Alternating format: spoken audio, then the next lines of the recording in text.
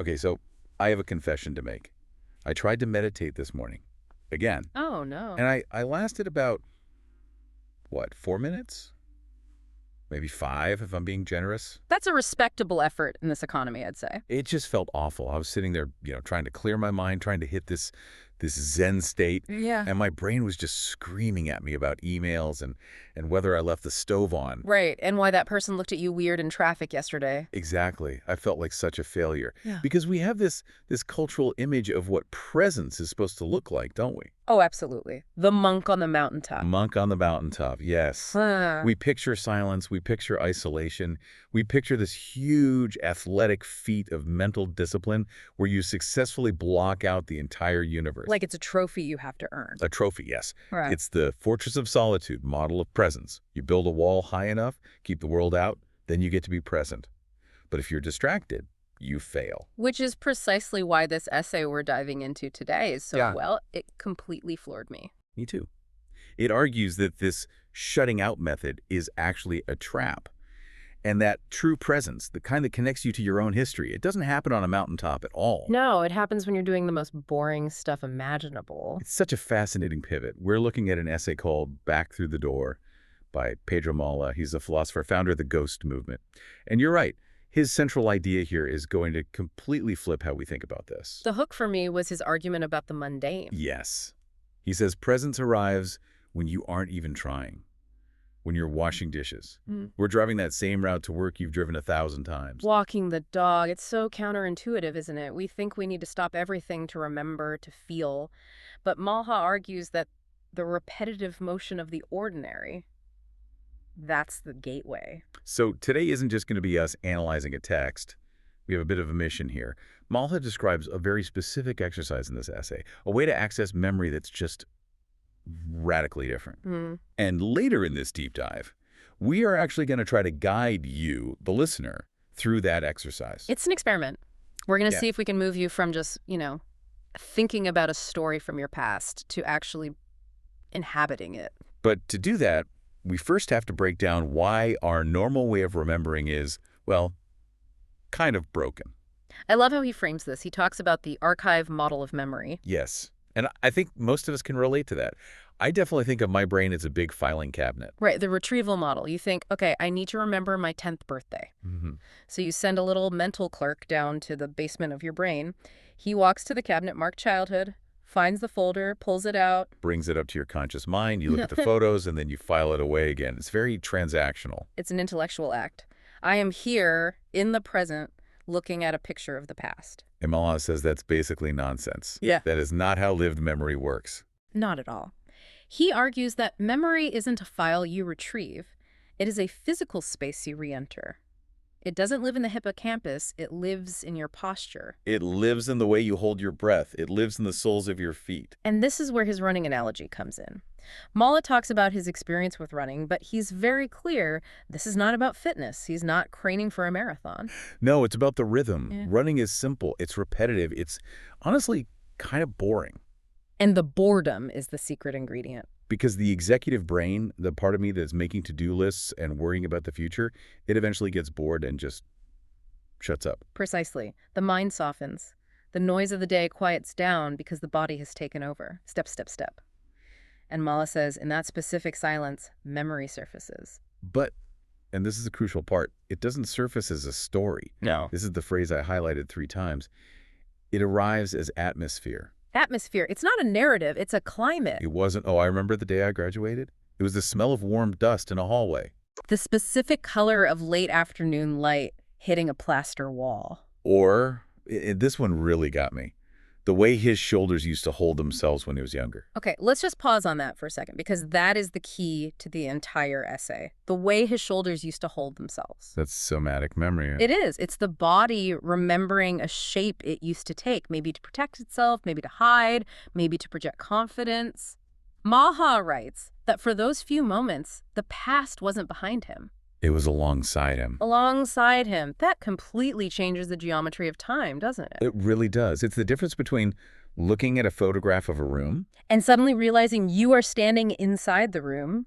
The temperature changes. The gravity changes. You aren't observing the memory. You're inhabiting it. Which brings us to the problem. Yeah. If I ask you right now, tell me about your childhood bedroom, what happens in your brain? I instantly feel this pressure. It feels too big. I start grasping for facts to give you. The walls were blue. I had a wooden desk. There was a window. You're giving me a police report.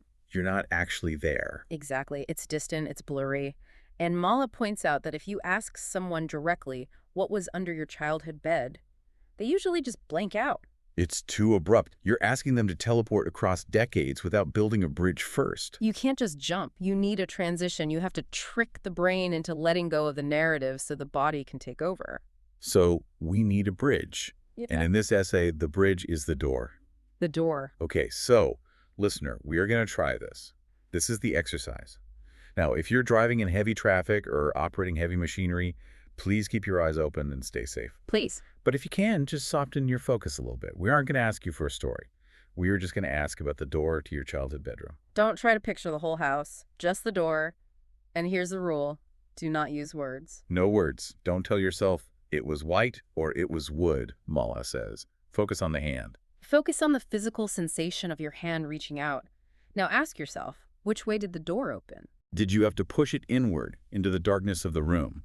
Or did you have to pull it toward you into the hallway? Don't answer with your brain. Feel the mechanics of it in your shoulder. Now. Feel the handle in your palm. This is where it gets specific. Was it a round brass knob? Ah. Cold? Was it one of those long levers? Was it loose?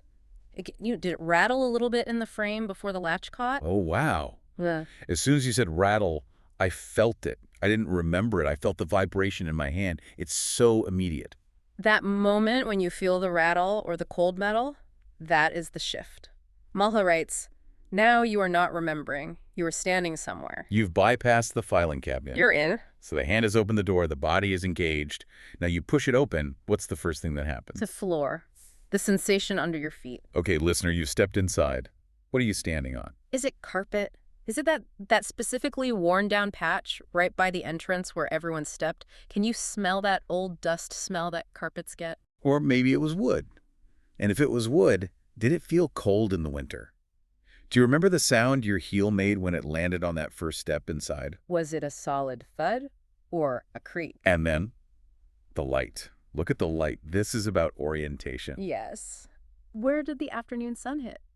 Mala mentions knowing which corners of the room stayed dark even on bright days. You don't have to try to remember this. Your eyes just know where the shadows were. And then the big one, the bed. The bed. But again, I don't care what the bedspread looked like. I care about your body. Which side did you sleep on? It's crazy. I immediately lean to the left. I don't even have to think about it. Your body knows. It leans without being told. Yeah. You remember where your head faced. You remember which wall you looked at when you couldn't sleep. Mala calls these orientations. They aren't facts you memorized. They are the way your body learned to exist in that space. Exactly. And this is where the essay goes from being a cool visualization trick to something, well, something much more profound and maybe a little heavy. Because Mala says only after you've established the floor, the light, the bed, only then do you bend down. Metaphorically, yes. You bend down to look under the surface. And this is where he warns us. Sometimes what comes back is not neutral. It's not just nostalgia or forgotten toys. No. He says it's sensation. And specifically, he talks about the sensation of waiting. Think about the feeling of that room at night. Maha describes the tightening of the chest, the weight of the blanket pressing against the throat. That part really got me, the waiting. He talks about listening for footsteps in the house, learning which sounds meant safety, and which sounds meant you needed to stay quiet. That is a survival mechanism. And that is a memory that lives deep in the nervous system. You aren't remembering a specific Tuesday. You are remembering the state of hyperarousal or the state of trying to disappear. He writes, you remember the effort it took to stay small, to take up less space, to disappear just enough that nothing would notice you. That is powerful stuff because for a lot of people, childhood wasn't just play. It was navigation. It was learning the emotional weather of the house. And when you re-enter that room through this exercise, you don't just see the plastic figure with the missing arm or the book with the curled cover. Though you might see those too. Right, you see those too, but you feel the atmosphere of that navigation, the forgotten fear and forgotten tenderness, as he puts it. The room returns as a whole field.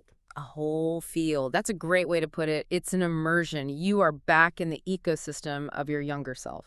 But I have to ask, and I'm sure some listeners are feeling this right now, what if you do all this? You visualize the door handle, you try to feel the carpet, and nothing happens. What if it's just a blank? This is, in my opinion, the most critical part of Mala's whole philosophy, because the natural reaction to that blankness is shame. Right. You feel like you failed. Oh, I have a bad memory, or I must be repressed, or I'm just doing it wrong. You're just standing in a mental hallway looking at a locked door. But Malha says this is not a failure. He calls it loyalty to survival. Loyalty to survival, unpack that. That feels huge. It means that some absences do not want to be filled. Some doors stay closed because they are carrying too much weight. Your mind, or rather your body, decided a long time ago that it was safer not to go in there. It locked the door to keep you functioning. So the blankness isn't an error. It's a shield. It's a highly effective defense mechanism that served you well. And Malha argues we should respect that lock. But here's the twist, and this is the part that might change how you see yourself today. Okay. He argues that even if you can't enter the room, you are still carrying that closed space with you. How so? If I can't remember it, how am I carrying it? Because the closed door manifests in the present. It shows up in how you brace yourself when a loud noise happens, even if you don't know why. It shows up in how your chest tightens during certain types of conversations. It lives in your reflexes, in your posture. So the room is there, effectively shaping my silhouette, even if I can't turn the light on inside it. Yes, they live in reflex, they live in posture, they live in silence. You are shaped by the rooms you cannot enter just as much as the ones you can. That really changes how I view my own anxieties or reactions. It's not just me being weird. It's the shape of a room I'm carrying. Exactly. It validates the body's experience. And Malha offers a thought on how to deal with this. He says that sometimes when the body feels steady enough, or when the movement is rhythmic-like on that run or washing those dishes, the door might just open on its own. But it's not forced, right? It's not like kicking the door down. No, never forced. He describes it as the return. And it's subtle, it comes in fragments. You might just suddenly feel the edge of a bedside table against your thigh, or hear the quiet click of a radiator. Or see a younger version of yourself standing very still, listening. That image, standing very still, listening, it's haunting. It is. It's a recognition of the self that had to endure that time. And Mala's point is that we don't need to force these doors open. We just need to be open to the possibility that the past is alongside us. He says there are rooms you will never fully walk back into, parts of yourself that remain half-lit, and that we have to be okay with that. It's not a problem to solve.